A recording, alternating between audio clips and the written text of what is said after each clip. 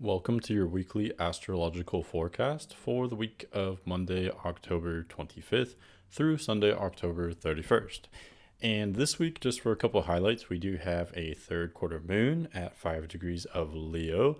And also, probably the main highlight is that Mars will enter Scorpio. So that's kind of big here.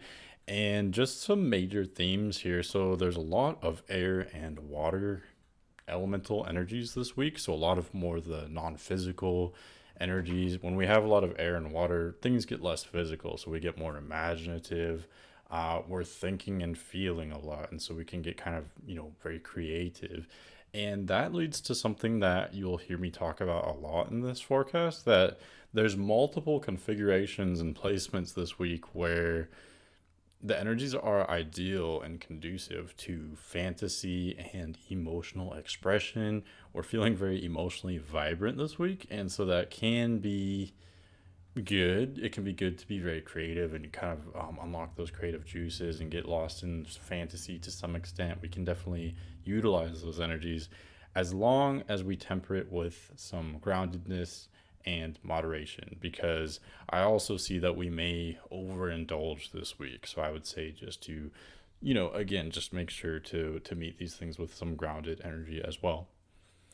And then the last thing I want to say before we begin this forecast here is that there is a transition from Yang to Yin, and this is most notable going into the weekend this week. So that, especially that transition from Friday to Saturday, the weekend will be much heavier. We have that yang energy at first, which is much more expressive and much more light and more energetic, more spontaneous, and things will become much more subdued or much heavier over the weekend, almost kind of backward, I guess. And it's common in astrology for things not to match up, ideally with our 9 to 5 Monday through Friday schedule. But yeah, it does look, more heavy, more of a calm weekend.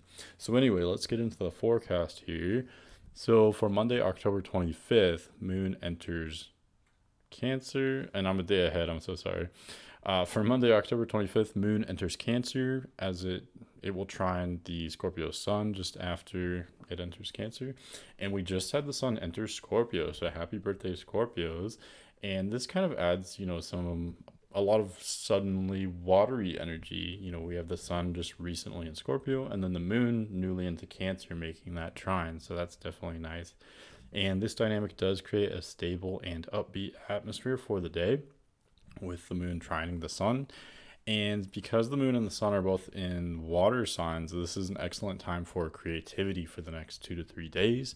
And this dynamic will also mean we are more emotional and better able to express ourselves emotionally. And this is having to do largely with not only the Scorpio Sun, which is very it can be expressive if it wants to be. It's very aware of its emotions, and opinions for that matter. But the Moon is in Cancer, so the Moon is in domicile, so that's where we're very aware of our emotions at this time. And again, that can be positive or negative. Emotions could be bad if they're uncontrolled. We could be more just off the cuff and maybe say things we don't mean. But on the other hand, it's good to really be aware of our feelings and be able to express ourselves emotionally. So it's a mixed bag, but all in all, it will be a very creative and emotional couple of days here. Next, for Tuesday, October 26th, Moon continues through Cancer, continuing the stable yet emotional dynamic that was created on Monday. Mercury at 20 degrees of Sagittarius squares Neptune at 20 degrees Pisces, indicating that it may be easy for us to get lost in desire and gratification. Did I say Mercury? I meant Venus. So Venus at 20 degrees of Sagittarius squares Neptune at 20 degrees of Neptune. So that's where, we can be very imaginative, get our hopes up very easily, get our expectations up. And our expectations and our desires may not be in line with reality. And that's where we can get into trouble here. So this is excellent for, again, being creative or getting lost in fantasy. We can get lost in those really fun desires or those fun expectations. but we just need to make sure that we're at least a little bit grounded, and that we incorporate moderation, and this will help us to avoid overindulgence, and it will also help us to avoid being let down, or being disappointed, because when you get your hopes up and they're not in line with reality, sooner or later you will be disappointed and you'll have to come back to earth. So yeah, again, just go out, be creative, and it's okay to tap into those fantasy realms to some extent, as long as you keep maybe one foot on the ground, I would say. Next, for Wednesday, October 27th, Moon continues through Cancer, making a brief yod aspect with Venus and Jupiter. Yeah, and this is really brief, but I just thought it was so interesting. I'm actually going to go to the exact chart here, just a few hours ahead. Let's see. So it looks like I passed it. It's either very late on October 26th or early on October 27th, depending on where you are. But the moon does make this really brief yod aspect with Venus and Jupiter, and it's almost exact. So let's see here. I lost myself. I got too excited. Okay, so because of this, there may be problematic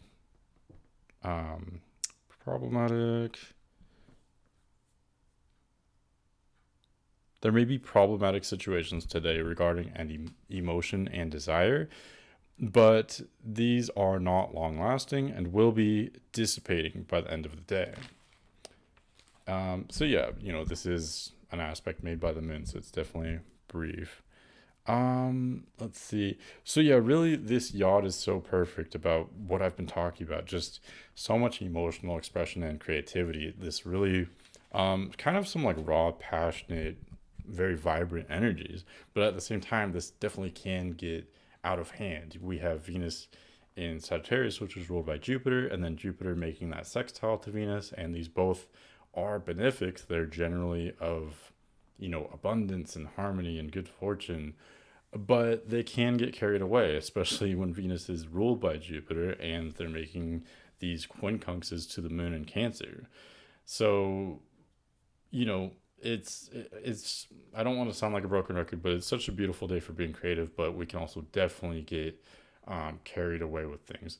There's really no Earth planets. There's just Pluto and Capricorn and Uranus and Taurus. So there's no inner planets whatsoever that are in Earth right now. So again, really the hazard here is not being grounded, being too lost in fantasy, being too much in our heads, it's almost like we're too abstract, or like we've lost touch with reality. We're just basing our decisions off of, or basing our thoughts off of other thoughts, which are based off of other thoughts, or emotions based on emotions based on emotions. They're not actually grounded in reality anymore. So that's where we can kind of maybe just slow down a little bit and make sure we're just having one foot on the ground again, I guess I could say. Next, on Thursday, October 28th, Moon enters Leo, where it will square the Sun at 5 degrees. And let's see, that happens a little bit later, around noon Eastern Standard Time anyway. And this third quarter moon makes a loose T-square with Saturn, which is at 7 degrees of Aquarius. So definitely watch out for conflicts or sudden changes regarding commitments or resources, especially with anything online, since Aquarius does rule online activities and we have Saturn there. This T-square does seem kind of volatile for that reason, and we're combining 3 fixed signs, and the fixed signs don't really blend well with other energies, generally speaking. And so, mixing the Leo moon with the Scorpio sun with Saturn and Aquarius definitely creates an environment where we can have these kind of clashes and this anxious energy. Let's see. So use this energy to be more productive, because this is a very egocentric and ambitious dynamic. Leo and Scorpio especially are generally egocentric. It's not that they don't care about other people, but they're very loyal signs, and they're very focused on what is true for them, or they're more subjective because they're very emotional. They have a lot of pride. And so this is a really excellent dynamic, I would say, for adjusting ourselves, adjusting our goals and our thoughts, and focusing on what we want. It's okay to be a little bit selfish in that regard. And actually, it's necessary if we're going to truly want to be there for others. You have to focus on what you want and what you are in order to be there for others. And I think this third quarter moon is just an opportunity to sort of check in with ourselves and see what do we want. I do like having the moon in Leo because we don't have a lot of fire energy either. Again, like I said, it's mostly airy and watery. We do have those two planets in Earth. We do have Venus in Sagittarius, which is fire.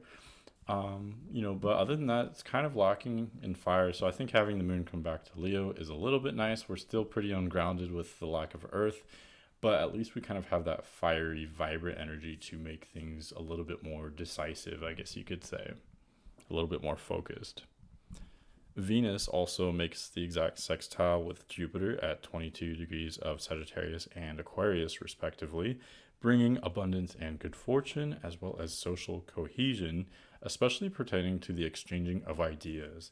This is happening in Sagittarius and Aquarius. So these are both very philosophical signs. So this is an excellent dynamic for exchanging ideas or having, I don't know, with Venus and Sagittarius and Jupiter and Aquarius, I picture this like kind of highbrow party where everyone can be very philosophical and have these like really abstract, really thoughtful, deep conversations. That's kind of what these two planets want. And with Venus and Jupiter, these are, the planets of abundance. And so we're going to want to have fun in these areas and just kind of exchange ideas or kind of ponder some of the bigger questions, I would say, and maybe be a little bit rebellious.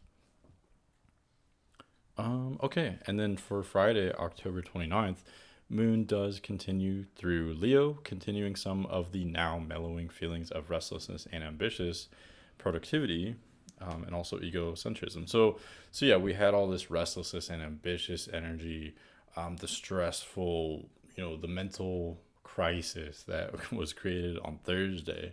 Now, we're still feeling the reverberations of that on Friday since the moon is still in Leo, but these are kind of dissipating as that square aspect is not exact anymore.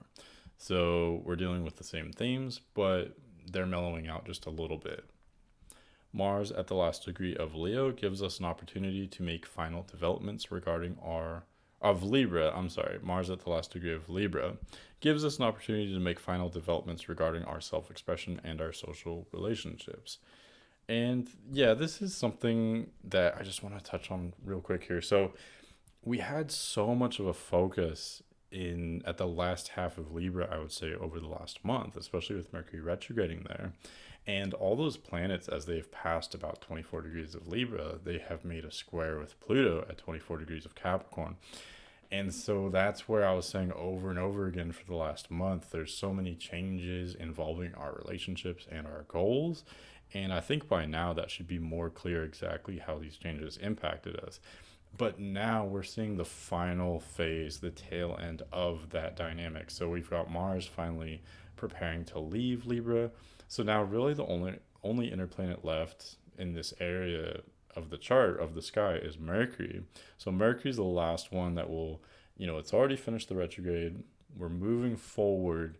Mercury's the last one that will need to pass through this area of Libra before we can finally move on with these new changes in our goals and relationships. And something really beautiful is that the moon will actually catch up to leave Libra around the same time as Mercury will as well. So there's a lot that we've worked on in that area over the past month.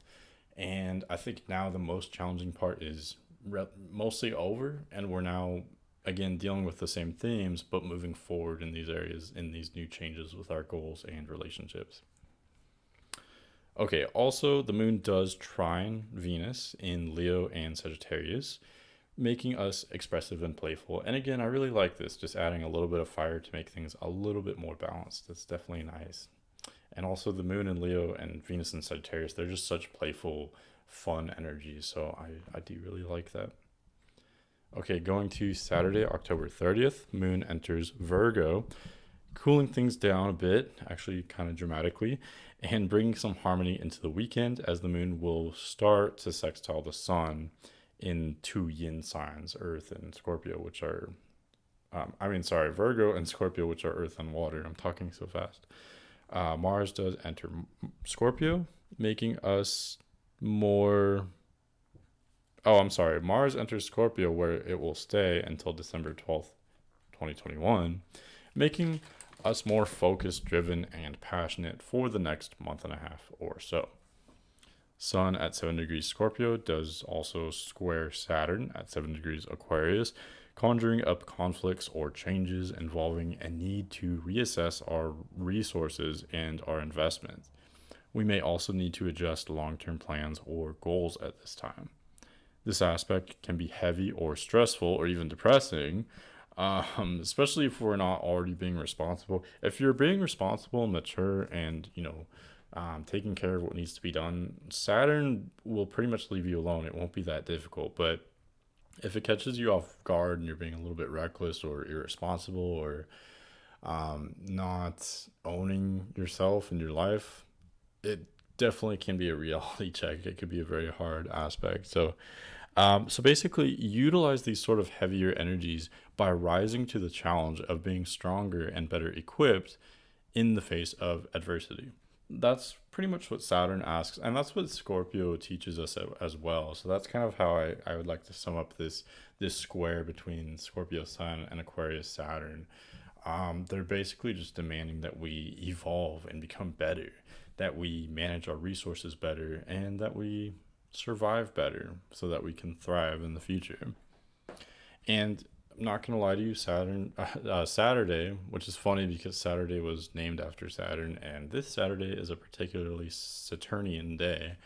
But yeah, Saturday is very Saturnian. It's very heavy, especially with this shift, right as Moon enters Virgo and Mars enters Scorpio on the same day. So they're switching from Yang to Yin signs. That means things are getting heavier, more focused, a little bit slower, more prudent or practical, more the yin signs think before they act more so than the fire or air signs do. So there is a bit of a cool down as we enter the weekend, and I do like the moon sextiling the sun, but we won't really feel the effects of that until Sunday, especially considering Saturn square with the sun. So in short, Saturday is more heavy, a little bit stressful. We're more thinking about things that we need to do, obligations, plans, managing our resources better, that type of thing. Sunday is really the more relaxed day.